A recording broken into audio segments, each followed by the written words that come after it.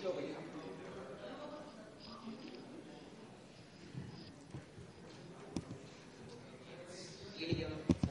Okay, anyways, I've created a couple of files over here, like a service file and a async file. An async file is actually asynchronous transfer of data using post.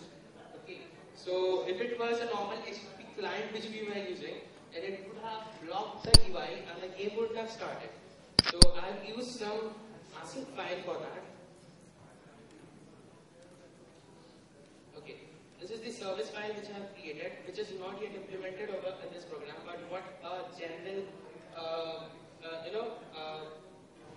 hacker would do is he's just gonna copy this, take this my service or Java file, insert it into a simple, normal legitimate app, and he can use intent to call this service, and it's gonna start in background. So no matter if the app is closed, because in the service app I have never mentioned if on destroy, what it should do. It won't do anything, it will just display and close my service is stopped. It won't stop the main program running. So it will never get destroyed. This is gonna run forever. And I've also implemented this boot up receiver, which he told. It's a broadcast receiver which actually sees whenever the phone boots up, the services run automatically without clicking on the app to run. So these are some of the part of it. I hear some clappings and I think it's too late and everyone is too tired. So I'm gonna end up this presentation soon. So what we have seen is like we have created an Android malware. We have seen how to create an Android malware, how to get these services, and then inserting it to a legitimate app. We are running seriously out of time. Okay. So this is how we set our server. Now there are also some vulnerable applications like the web application vulnerabilities, SQL injection, cross-site scripting. We can also see those vulnerabilities in the Android application as well. Like the super nothing of spare clock cycles found their accesses in the pre-installed Gmail application of Android. So he could remotely make an access script to add a contact by inserting a malicious script in the from field. So whenever a user would get that application, a contact would automatically will be added in his phone.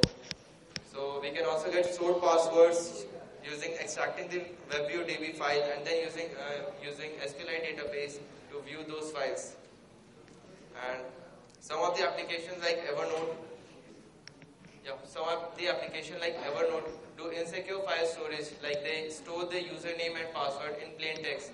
So here we can see that the username is stored in the string Aditya1391 and the password is also visible in clear text. So whoever gets hold of this file can have access to the username and password.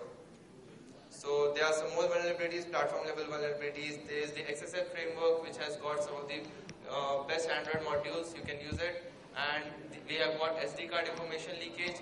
Now one thing to note here is that for accessing SD card files we need no special permission. We could access the SD card files without any extra permission. Now this is the path we should follow, like get the Android version, run matching exploit, install malicious app, and then spread it. So where is the money in this malware? Like we can send premium rated SMSs, we can make a malware and sell it, we can do click fraud, we can do black hat SEO, we can steal the account and credit card, we can make a ZS for mobile like Zitmo is already there, we can make a more higher version of it, we can get the personal information and sell it in the black market, and we can use the referral sign-up services to get more money. Now where to spread? We have got forums, we have got P2P file sharing, we have got many websites selling cracked version of the pro Android application. We can spread it on the social networks. We can upload it to the Android market and Amazon App Store. Now the anti-malwares for the Android application, we have got some of the very good malwares like Lookout, AVG, Quickheal, Kaspersky, but these malwares fail to detect these kind of antiviruses. These kind of malware we have created. Because this malware which we created is just querying the information from using a content provider. So even a regular application will be doing it. Like suppose you have a contact picker application, so it will be getting the contacts using this same kind of coding. So the regular anti-malware will not be detecting it as a virus. So we can obviously obfuscate the code, use ProGuard to make it harder reversing the APK. Now mobile application penetration testing, just pull the application from the phone, unzip it, use Dexterjar and JDGUI, and then analyze the code. We can also use it on an emulator with proxy and then monitor the network traffic. So, and last we can check the manifest file, we can check the system calls, we can check the logcat. So that's all. Thank you.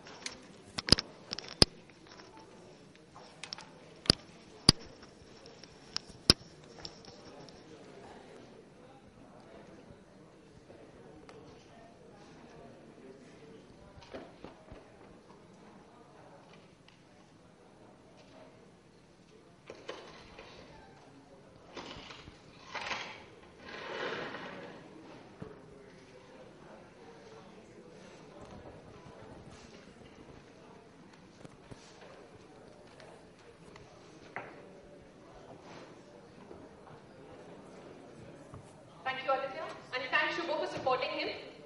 I now request Mr. Anil Sahu from Varinda to come up and felicitate Aditya.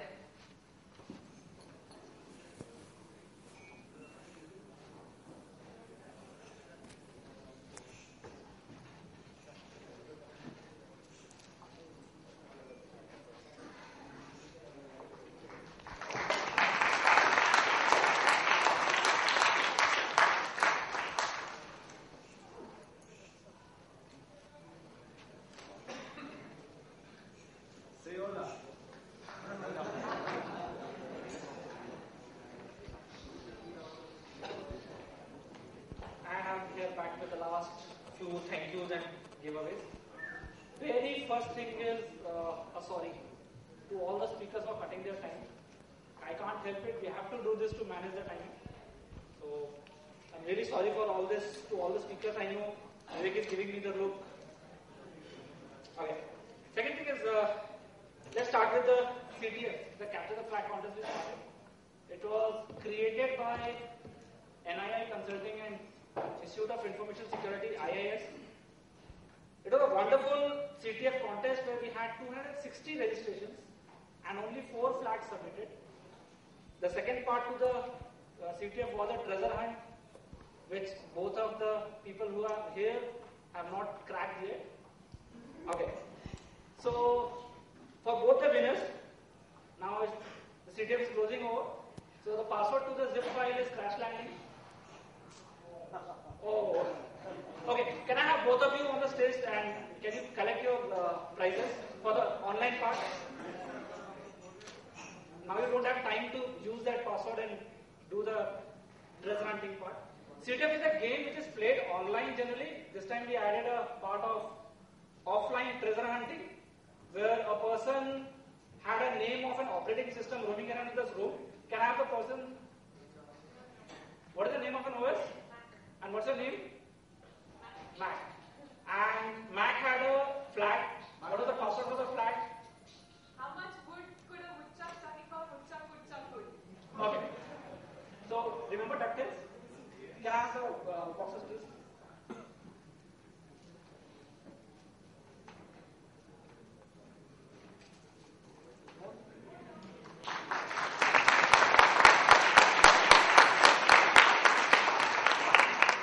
Very interestingly, only 2 Indians who have cracked the online contest.